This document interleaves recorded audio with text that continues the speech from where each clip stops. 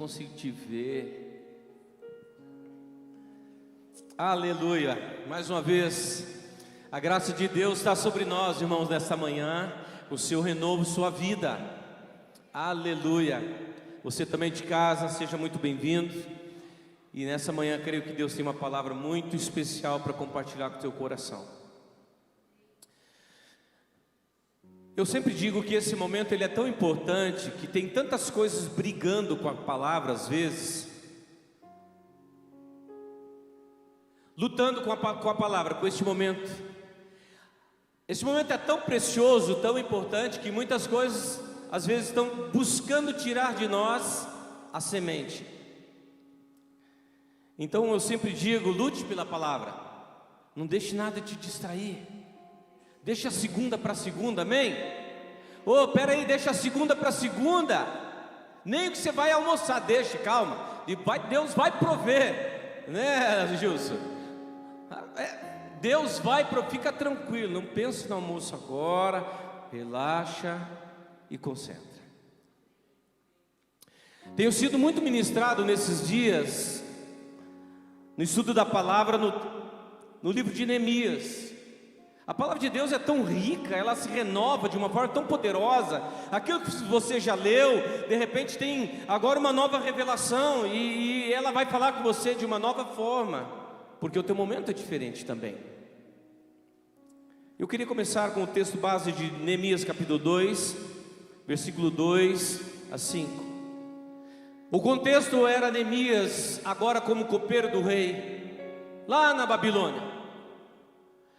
Um dos homens levado cativos, e agora está servindo a corte como copeiro. Mas vamos aprender algumas lições com Neemias nessa manhã. Algumas práticas, algumas atitudes da vida desse homem que certamente vai poder te abençoar e vai trazer alguns ensinos da parte de Deus para nós. Neemias no capítulo 1 vai receber as notícias de Anani, um dos seus compatriotas que veio de Jerusalém, e agora traz a notícia. Ele pergunta: como estão os nossos irmãos em Jerusalém?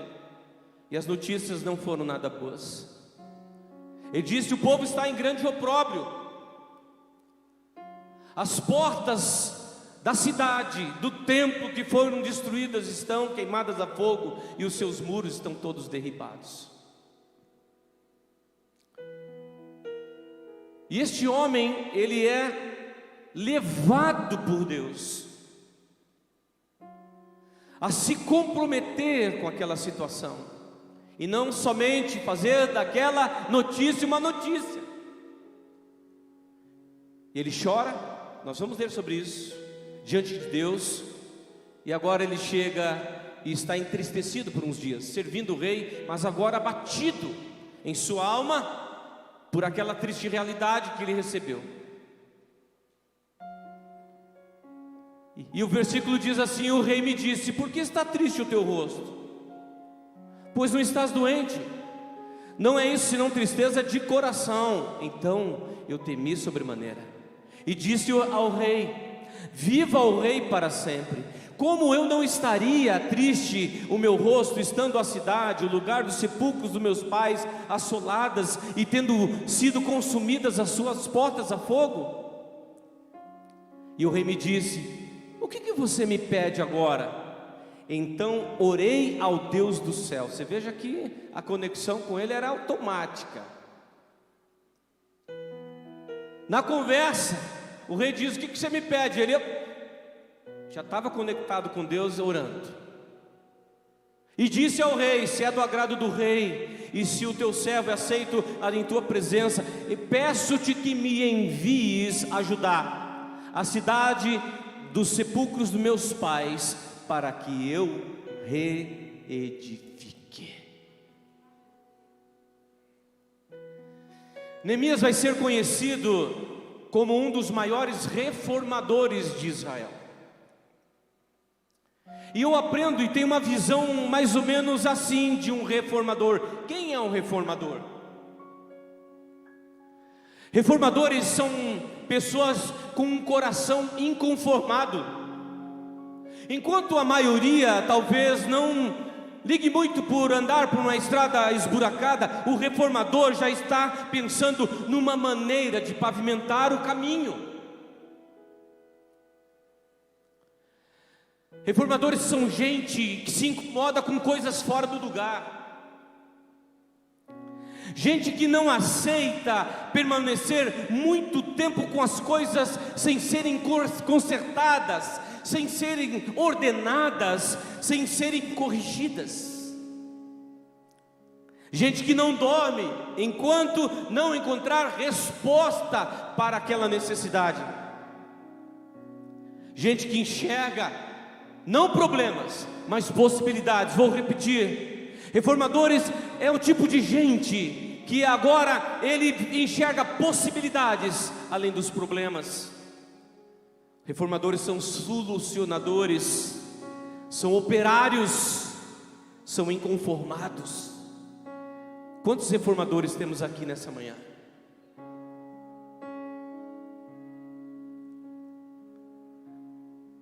Você se vê como um reformador?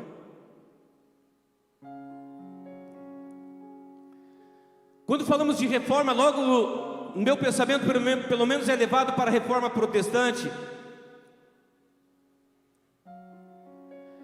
E como se deu a reforma protestante? Se deu através de homens com o coração inconformado com a realidade daqueles dias. Homens que avaliaram a situação exterior, espiritual, e disseram: não é possível continuar assim. Eu preciso fazer alguma coisa. E eu te pergunto nessa manhã: você está contente com a realidade do seu tempo?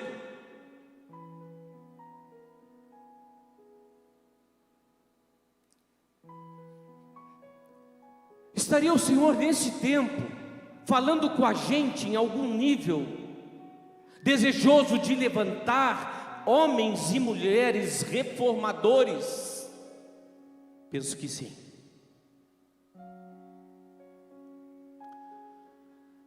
Na reforma protestante, fora essas questões externas que eu falei, o que eu encontro como padrão, que essa reforma vai começar no coração de algumas pessoas interiormente primeiro. Gente que olha e percebe a necessidade, e interiormente aquilo começa a trabalhar de tal forma a ponto dele não conseguir ficar passivo ante a necessidade.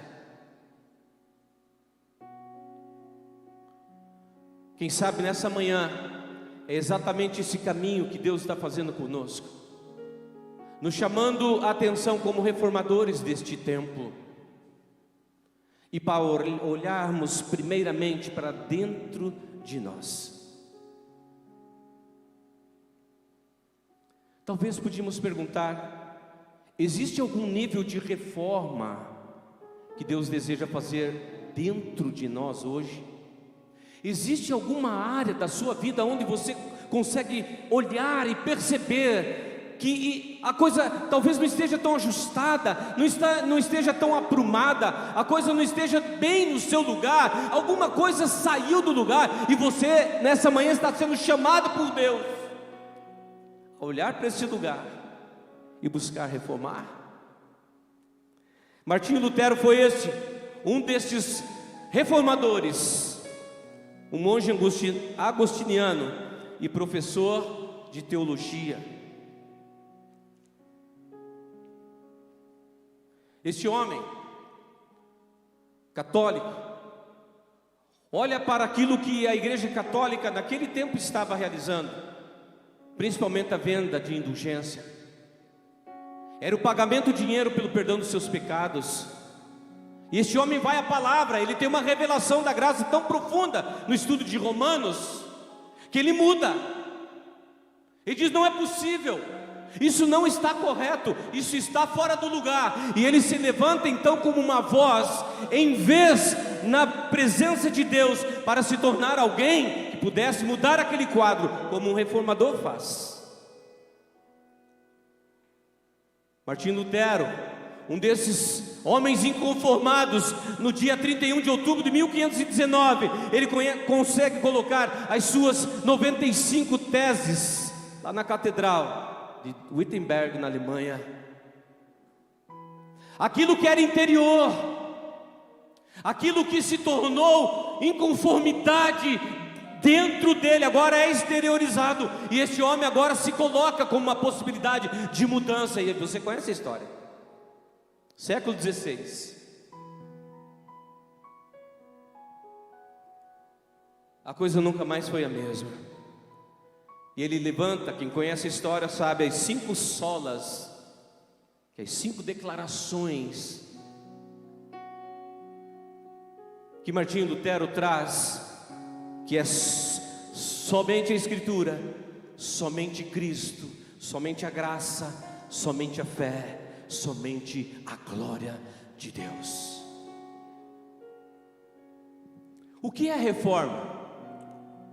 Pensa comigo, o que é reforma? Para mim particularmente, são palavras minhas. Reforma, põe lá, é a necessidade de correção de algo reconduzido ao seu estado original. Talvez nessa manhã o Espírito Santo está pegando uma luminária, uma luz, e colocando dentro do nosso interior, em áreas que talvez nós não percebemos que precisa de conserto, que precisa de ajuste. E nos chama atenção dizendo: reformador, você está vendo aí uma dificuldade, você está percebendo aí a necessidade de ajuste, de conserto, de reforma. Então reforma é isso, irmãos, é a necessidade de correção de algo, reconduzindo ao seu estado original. Vocês estão comigo, irmãos? Você já teve experiência de reforma? Denise, nós estivemos lá fazendo uma pinturinha, tal e coisa. Você já fez alguma reforma, sério? Eu estou enfrentando isso agora. Idealizei fazer uma reforma. Minha filha, grávida de gêmeas, mora no 3º andar do prédio, e aí não tem elevador. No 4º andar, filha? Eita glória! E agora como vai ser? 2 bebês, se sobe e desce, aí o coração do pai não aguenta. E eu tenho uma casa no subsolo, de onde eu moro. Nunca ninguém morou. Fiz uma reforma lá 6 anos atrás, e nunca. Eu falei: puxa vida, não dá, eu preciso fazer alguma coisa, vou reformar.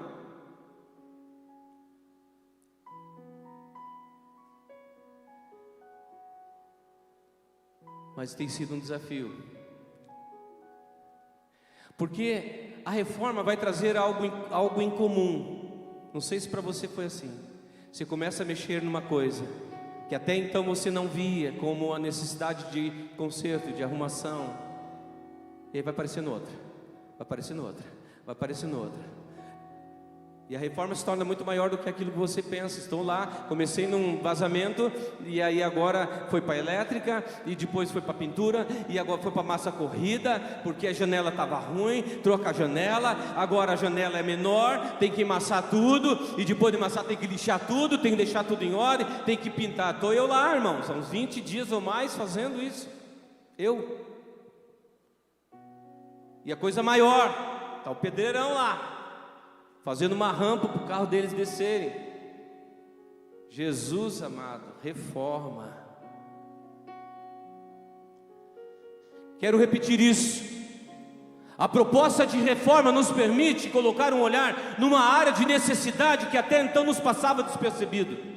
Marcelo fez umas reformas esse tempo aí, né? Mas não acabou. Agora eu fiz umas reformas aqui, mas agora que eu vi que preciso arrumar o teto. Aqui o teto, não está bom. Eu preciso fazer um rebaixo, preciso fazer uma pintura.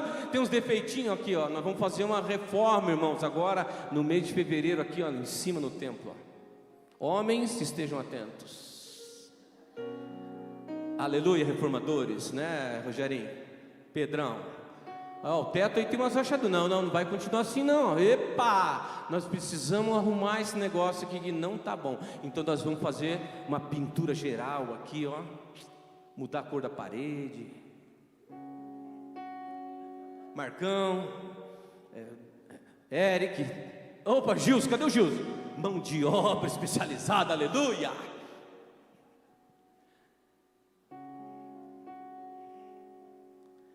A reforma, quando nós nos propomos a ela vai te colocar a olhar coisas que até então você não via. Escute o que eu vou te dizer. A reforma geralmente vai nos levar a pontos principalmente esquecidos por nós.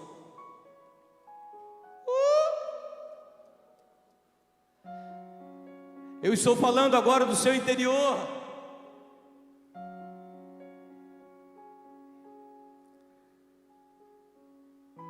A reforma nos leva a pontos principalmente esquecidos por nós.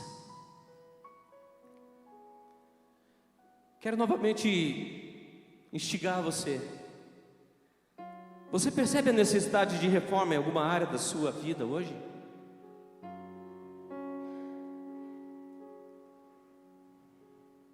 Lembra? Reforma é a necessidade de correção de algo, reconduzindo ao seu estado original. Neemias então se mobiliza,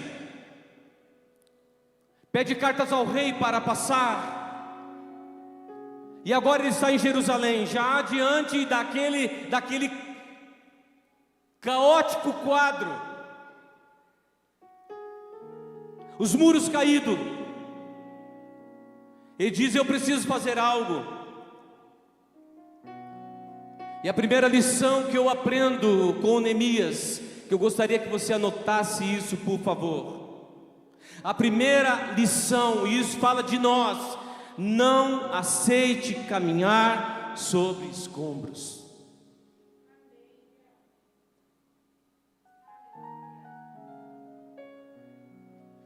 Isso aqui é poderoso, irmãos.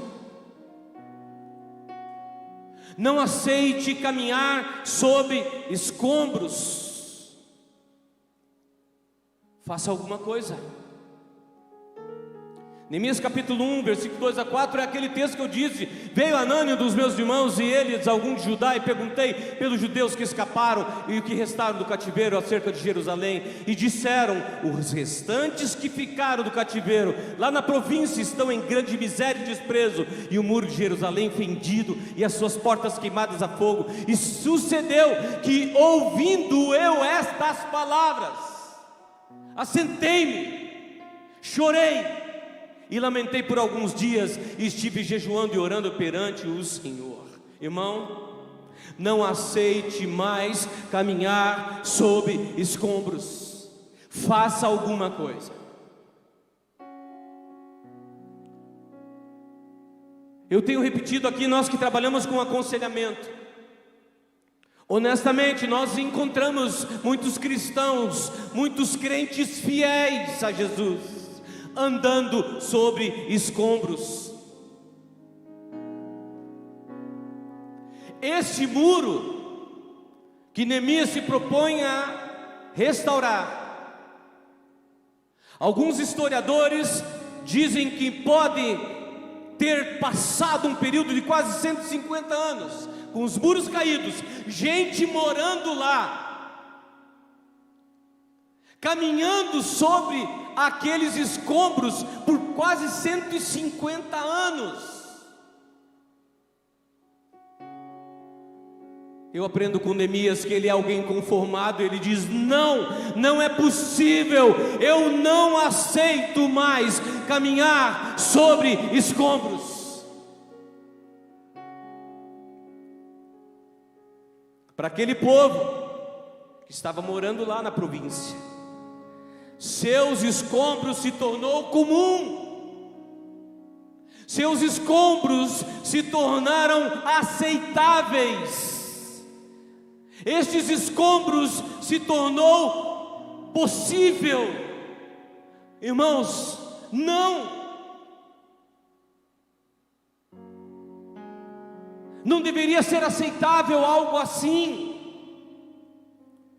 E o que são nossos escombros? Os que são escombros é o resultado de algo antes completo, que sofreu algum abalo. Olha aqui, anota isso aí. O que são os escombros da nossa vida?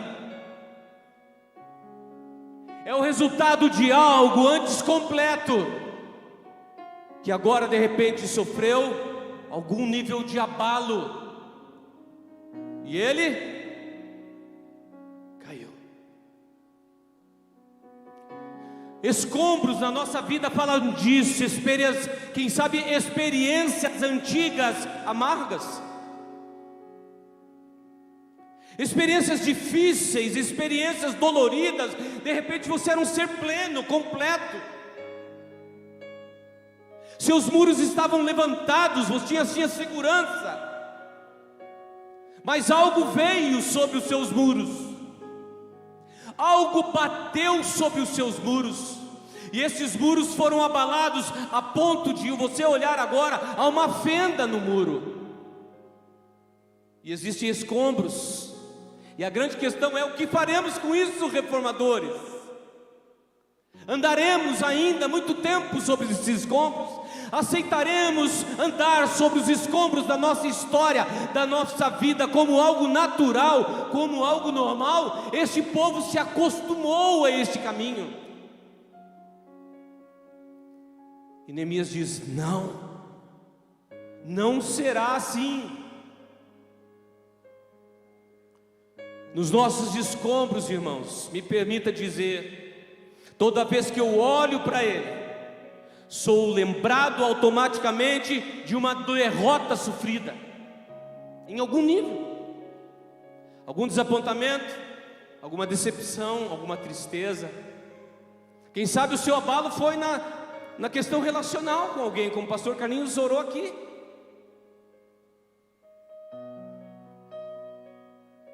Decepção com gente, é assim, irmão. Agora você olha para o teu muro e diz: olha, tem escombro nessa área. Quem sabe você olha para você e a área, talvez, aonde você percebe escombros sejam outras. Decepções com ministérios, com igrejas. Fala a verdade, irmãos. Quantos de nós não fomos feridos? E quantas dessas experiências amargas nos deteram?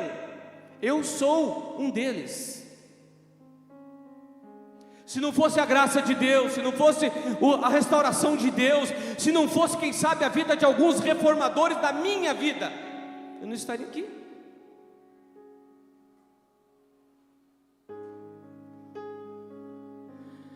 Neemias, este reformador, se recusa a andar sobre escombros. Eu quero desafiar você nessa manhã a ter uma análise honesta de você mesmo, e não aceitar mais andar sobre esses escombros. Neemias 2,17 vai dizer assim: então lhe disse, agora ele estava envolvendo as pessoas para a reforma. Ele diz: bem vedes vós a miséria que estamos. Ele se coloca como parte do problema. Ele diz: esse problema é meu. Você precisa encarar isso de uma forma realista, irmão. Encarar isso de uma forma honesta. E ele diz: a miséria em que estamos, que Jerusalém está assolada e que as suas portas têm sido queimadas a fogo. Vinde, essa é a palavra de Deus para você nessa manhã. Vinde, pois, e reedifiquemos o muro, reedifiquemos os muros de Jerusalém. Jerusalém é figura de paz, irmão, sabia? Jerusalém quer dizer cidade da paz. Este é um lugar interior que muitas vezes não estamos mais vivendo, não reconhecemos mais esses lugares.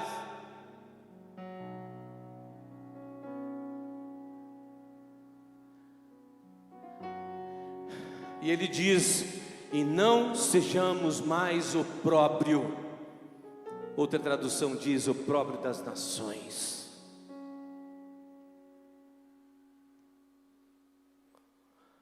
Os muros da nossa vida falam de um lugar seguro. Os muros na tua vida falam de um lugar protegido, de um lugar de paz em que você se encontra. Está tudo bem, estou seguro. O Senhor é os meus muros. E aí, reformadores? O convite do Senhor para você e para mim nessa manhã é: vinde, vamos edificar os muros? Ah, você devia ter dado um glória, saído correndo, irmã Nina. Fica calma, irmão. A palavra de Deus é: vinde, vamos reconstruir. A palavra de Deus para você é: vinde, vamos reconstruir os muros. A palavra de Deus nessa manhã para você e para mim é: transforme seus escombros em muros. Meu Deus, que coisa tremenda! Transforme seus escombros em muros. Diga para o seu irmão: transforme seus escombros em muros. Transforme seus escombros em muros, pelo amor de Deus. Chega de caminhar sobre escombros, irmãos. Chega de caminhar sobre escombros. Transforme seus escombros em muros. Oh, glória! É isso que Neemias faz. Ele pega os escombros, aqueles mesmos ex-muros, para reconstruir esses muros. Aleluia! Transforme seus escombros em muros. A pergunta é: por onde eu começo, pastor? Estão comigo, irmãos? Por onde eu começo? Neemias nos dá uma resposta. Nós vamos recomeçar e nós vamos reconstruir com trabalho e luta. Neemias 4,17, estão lá reconstruindo e encontrando muita oposição, gente querendo fazê-los desistir de reconstruir. Está uma batalha espiritual nesse momento, irmãos. Os Sanbalates e Tobias daqueles dias estavam se opondo à reconstrução. Não pense que será fácil reconstruir. Você precisará de trabalho e de luta. O texto de Neemias 4,17 diz assim: os que edificavam os muros, os que traziam as cargas e os que carregavam, muito trabalho.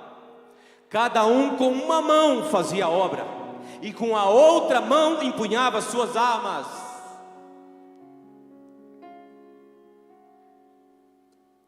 É tempo de lutar e é tempo de trabalhar, igreja. Vou repetir: é tempo de lutar e é tempo de trabalhar. Dá um glória aí, feijão.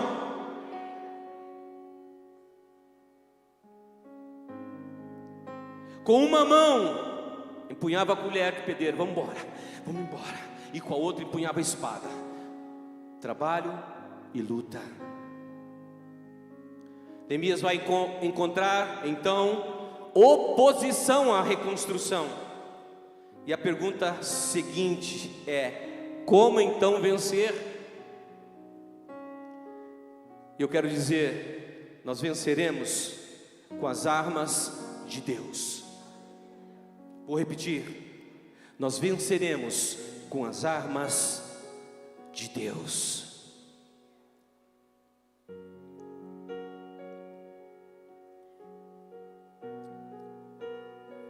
Nesse texto, Neemias vai então apresentar algumas posturas que nós podemos transformar em armas de Deus para nós, que vai nos orientar a como reconstruir. Neemias 6, de 10 em diante diz assim: eu entrando, esse é o momento de oposição, onde alguns estavam tentando armar uma cilada contra Neemias. Na verdade queriam matá-lo, e trazendo a ele algumas propostas indecentes. Mas este homem vai nos mostrar uma sabedoria, um discernimento incrível. Ele diz: entrando eu em casa de Semaia, filho de Delaí, o filho de Metabel, que estava encerrado, disse ele: olha a proposta do incircunciso. Vamos juntamente à casa de Deus, ao meio do templo, e fechemos as portas do templo, porque virão matar-te, sim, de noite virão matar-te. Porém eu disse, olha o discernimento do homem de Deus: um homem como eu fugiria?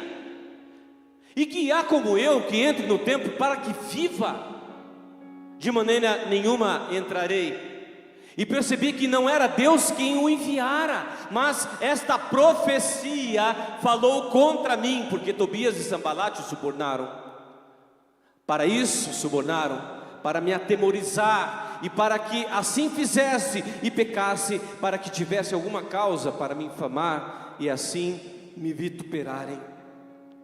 Lembra-te, meu Deus, de Tobias e de Sanbalate, conforme a estas suas obras, e também da profetisa Noadia e dos mais profetas que procuraram atemorizar-me. Tinha gente de Deus levantando contra ele, dizendo: ops, está errado, não vai construir não é hora. Palavra profética: opa, você, larga a mão, esse escombro já era. Muro, não tem como retificar não. Não tem como reconstruir isso aí. Larga a mão, vai dar muito trabalho. Quantos Sanbalates e Tobias hoje estão perto de nós? Acabou-se, pois, o muro. Aleluia!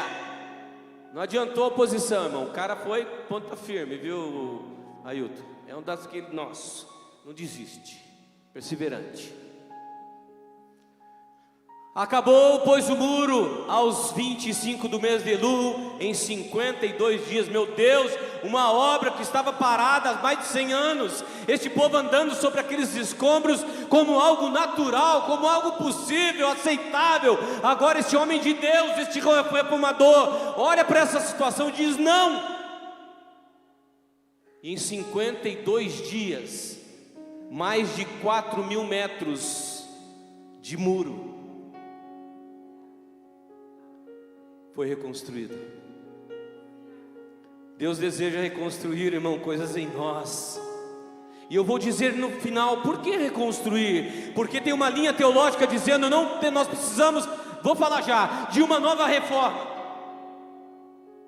E outros estão dizendo, não, nós não podemos mais fazer uma outra reforma, a reforma já foi feita, nós temos que fazer algo novo. O que eu penso? Reforma. O que é reforma? É trazer aquilo que está fora de lugar ao seu lugar original. Eu disse sobre isso. Eu não posso fazer algo novo, porque o fundamento já foi lançado, que é Cristo Jesus. E eu posso sim, dentro da minha construção, construir de novo, reconstruir, ajustar, trabalhar essas questões que talvez foram destruídas, mas sobre este mesmo alicerce, sobre o fundamento que é Jesus Cristo. Eu preciso de reforma às vezes mesmo, mas sobre Cristo, sobre o fundamento que é Jesus. E sucedeu que, ouvindo todos os nossos inimigos, todos os povos que haviam em redor de nós temeram e abateram-se muito os seus olhos, porque reconheceram que o nosso Deus fizera esta obra. Deus irá te capacitar a fazer esta obra, meu irmão e minha irmã.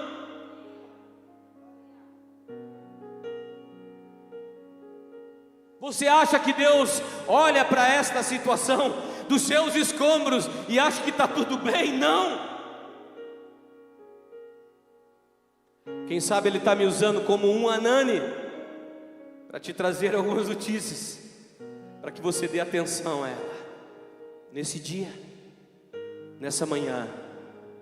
Também naqueles dias, alguns nobres de Judá escreveram muitas cartas que iam para Tobias, e as cartas de Tobias vinham para eles, porque muitos em Judá vieram ajuramentados, porque era genro de Secanias, filho de Arã, e filho Joanã se casaram com a filha de Mesulão, filho de Berequias. Ou seja, ele estava envolvido numa relação meio sacerdotal. O sacerdote se achava no direito de fazer as coisas como ele queria naquele tempo.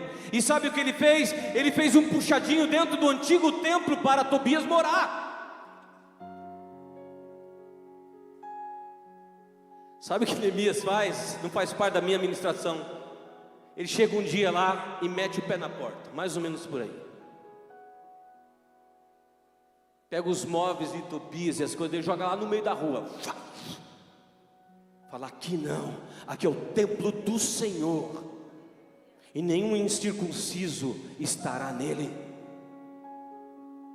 Às vezes nós precisamos de uma atitude doida dessa, irmão. Em Deus, inconformado. Fala: não, esse Tobias não vai morar mais dentro da minha casa, não. Cheira na massa.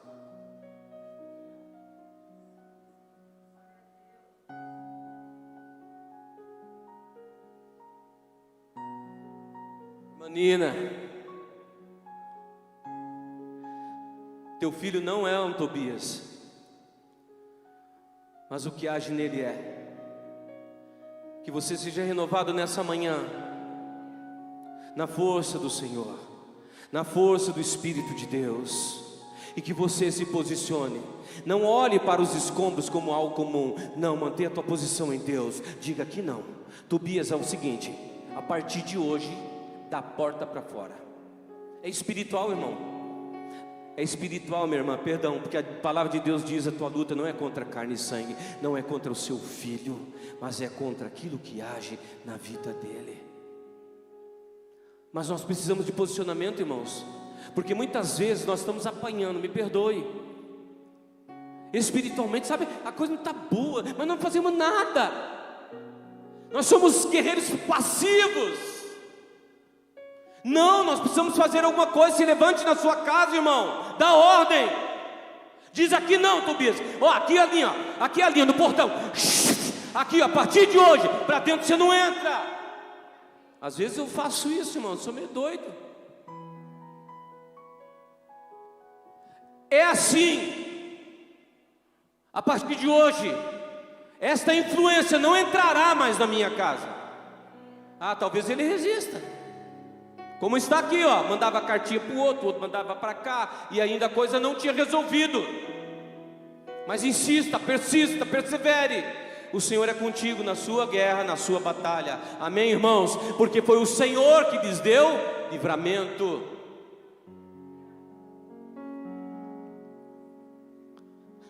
Volta um pouquinho, estamos aí no 19, né? Estou quase encerrando, pastor Carlinhos. Quase. Vocês estão comigo, irmãos? Ainda bem que aquele relógio está parado, irmão. Eu estou olhando lá, ó. São 20 para as 10, aleluia.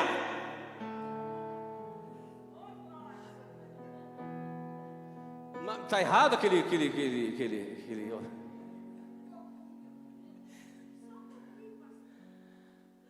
Irmãos, venceremos com as armas de Deus. E o que eu aprendo nesse texto? A primeira delas é coragem, versículo 11. Vamos lá do texto, aleluia. Parte A do versículo: porém disse: homens, como eu fugiria? E quem há como eu, que entre no tempo para que viva? Como eu fugiria? A primeira característica, ou uma dessas armas que Deus está nos confiando nessa manhã, é, põe lá, coragem, irmão.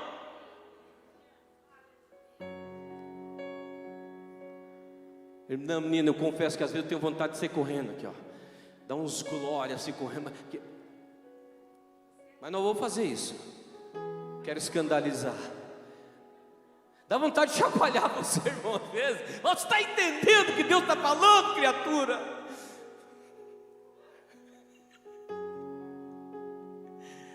Coragem. Diga comigo: eu preciso da sua coragem, Senhor. Coragem, irmão. A segunda arma que eu vejo nesse texto, na vida de Neemias, ainda nesse versículo 11, no final, que ele diz: e quem há como eu que entre no templo para que viva? De maneira nenhuma entrarei. A segunda arma que eu encontro é: siga a palavra que Deus orienta. Siga o que a palavra de Deus orienta. Ele sabia que na condição dele, ele não poderia entrar. Está lá em Deuteronômio capítulo 13. Entrar no templo, ele diz: eu não posso. Então nesse tempo, siga o que a palavra de Deus te orienta. Quer ver um exemplo, irmã Nina? Um texto bem presente, siga a palavra: sujeitai-vos pois a Deus e resisti ao diabo, e ele fugirá de vós. Sujeite a Deus, irmãos. Às vezes nós, como guerreiros do Senhor, fazemos só a primeira parte, e vamos ao Senhor, e estamos lutando, e vamos a Jesus, e vamos ao Senhor. Senhor, faz alguma coisa, Senhor, faz alguma coisa, está vendo essa situação, Senhor, muda ela, Jesus. Não, irmão, tem hora que você tem que sujeitar a Deus, mas fazer resistência ao diabo. Dizer: Senhor, eu me sujeito a Ti, a Tua autoridade, Jesus, e na Tua autoridade eu vou contra este mal que tem vindo sobre a minha vida, sobre a minha casa, Senhor, tem nos perturbado, tem tirado a paz, no poder e na autoridade do nome de Jesus. Espírito de confusão, você vai sair da minha casa, irmão. É assim: sujeitai-vos pois a Deus e resisti. Irmão, se aproprie da palavra e o que a palavra te orienta, amém? Terceiro ponto, versículo 12, ele diz assim: e então percebi que não era de Deus e que Deus não o enviara. O que eu encontro na vida de Neemias aqui como uma das ferramentas, uma das armas de Deus na vida dele, é discernimento espiritual.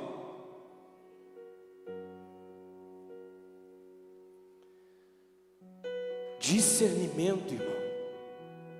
Quando você olha para uma situação, não haja automaticamente. Pare para ouvir. Pare quanto tempo for preciso diante do Senhor. Senhor, não sei o que fazer com essa situação, e eu vou só agir quando o Senhor ouvir tua voz. Eu não sei o que fazer, eu não sei como resolver isso. E pare, irmão. Para ouvir. Põe um louvor, fique em silêncio, para ouvir. Nós andamos apressados demais, irmãos. Uma das coisas melhores que eu tenho aprendido é a solitude. Sei para o teu momento, para o teu tempo, e você fica lá com Ele, não fala nada, só apresenta a Ele o que você precisa, está no teu coração, e aquieta. Como Ele falará se nós não paramos para ouvir?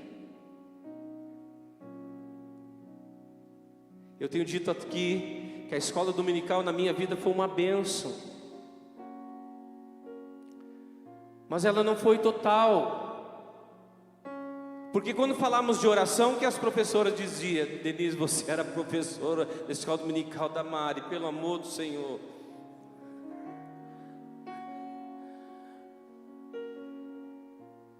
Crianças, o que é orar? Orar é falar com Deus.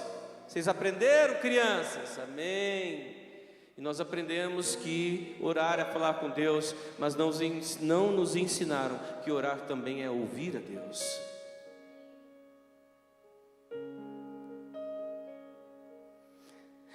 Discernimento espiritual. O outro ponto é integridade espiritual. Neemias vai dizer no versículo 13: por isso subornaram para me atemorizar, viesse a proceder e pecar, para que tiver motivo de me infamar e vituperarem. Neemias compreende que só pode ficar em pé diante dos homens se permanecer firme diante de Deus. Integridade espiritual, irmão. Olha, eu vou te dizer uma coisa. Essa é uma das ferramentas, uma das armas poderosas de Deus. Integridade espiritual. Não importa o que aconteça, irmão, não arreda o pé do princípio, não negocia ele, permanece fiel. Vão te criticar? Fazer o quê? Sempre foi assim. Mas seja fiel, íntegro. Outro ponto que eu encontro de uma arma usada por Neemias é a oração. Vocês estão anotando aí, irmãos? E ele ora: ó, lembra-te, meu Deus, de Tobias. E ele vai então orar. Orar, irmão. Nós temos uma reunião de oração nas quintas-feiras aqui. Toda quinta, culto de oração.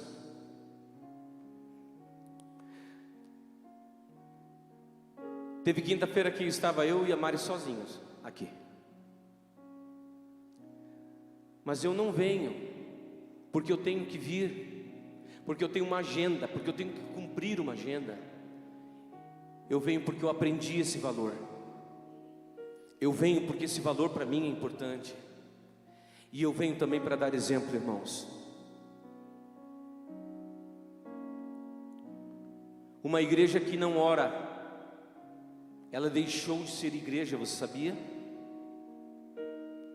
E ela se tornou um belo clube, um lugar com boas maneiras, com bons princípios, mas a vida de Deus não acontece no lugar onde não se ora. Vou repetir, a vida de Deus não acontece em um lugar onde não se ora. E a oração precisa se tornar valor na nossa vida. Vou repetir, a oração precisa se tornar valor na tua vida.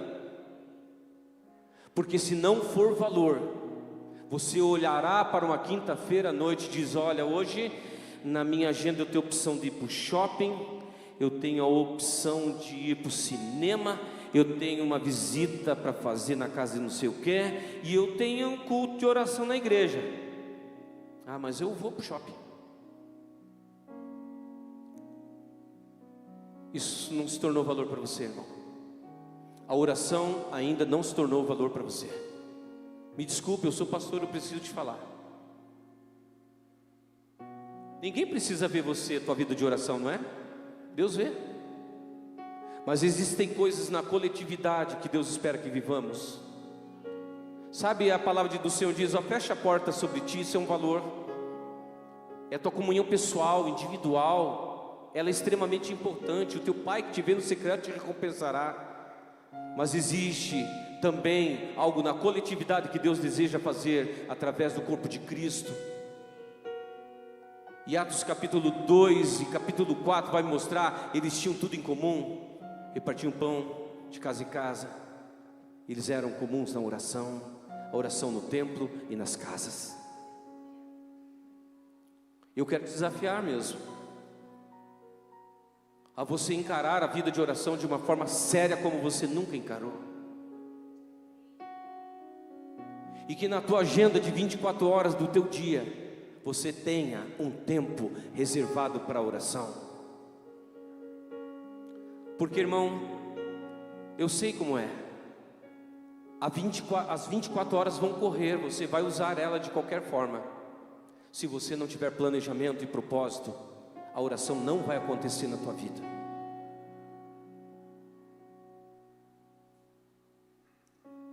Pastor, mas minha vida está corrida. Desculpa, irmão, levanta mais cedo. Mas não faça isso mais por obrigação, porque Jesus desejava que você desejasse isso. Oração. Mesmo sendo alguém forte, Neemias, alguém prático, visionário, ele buscava sempre a força do alto em oração. Penúltimo, trabalho perseverante. É isso aí, irmão. Fé e trabalho. A palavra de Deus: acabou-se, pois, o muro, aos 25 dias, em 52 dias. Mesmo diante das oposições, Neemias perseverou. Aleluia. Vai dar trabalho, irmão, reconstruir os seus muros, vai, mas faça isso. Persevere. Paul Fredson diz assim: sem esforço não haverá grandes realizações para Deus. Sem esforço não haverá grandes realizações para Deus. E por último, aleluia, espere pela intervenção de Deus.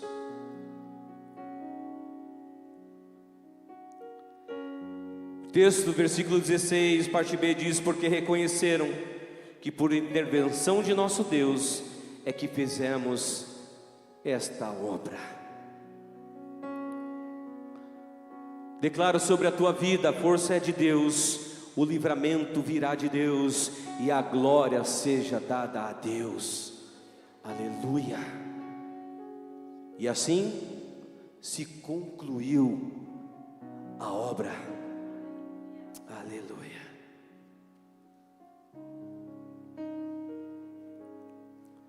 Quero te convidar a fechar seus olhos por um momento e, à luz desta palavra,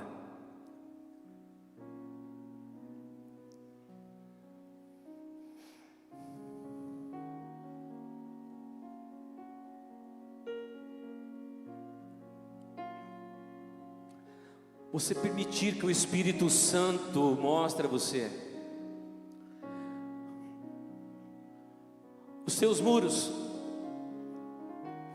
que o Espírito Santo mostre a você se há escombros, se há brechas no muro, se nessa manhã o Senhor está te chamando como um reformador, uma reformadora, para reformar sobre o alicerce de Cristo aquilo que talvez em algum nível, em alguma experiência, esse muro tenha caído. Eu quero declarar uma palavra de Deus sobre tua vida, de Miqueias 7:11, que diz: eis que o dia de reedificar os meus muros chegará. O dia em que as minhas fronteiras serão ainda mais ampliadas virá em breve. Essa é uma palavra que eu declaro sobre a tua vida. Este dia, este tempo é hoje, este tempo chegou. Eis que o dia de reedificar os seus muros chegou. Eu libero essa palavra sobre a vida dos teus filhos, e que tu, Espírito Santo, produza em nós aquilo que o Senhor planejou, e que o Senhor fortaleça cada um para se levantar nessa manhã, neste lugar, na força e poder do Senhor. E ao cearmos, Senhor, nós queremos celebrar o seu sacrifício e lembrar que o Senhor, e declarar que o Senhor voltará. Mas também, Senhor, de uma forma espiritual, queremos declarar que ao nos levantarmos de nossas cadeiras para cearmos, nós nos comprometemos a restaurar, a buscar o conserto, a restauração, para viver novos tempos na tua presença. E que essa unção de reformador seja derramada sobre cada um aqui, para a glória do teu nome em Cristo Jesus. Amém e amém. Dê um aplauso a Jesus. Aleluia. Louvado seja o teu nome para sempre, Senhor. Tu és digno, tu és poderoso.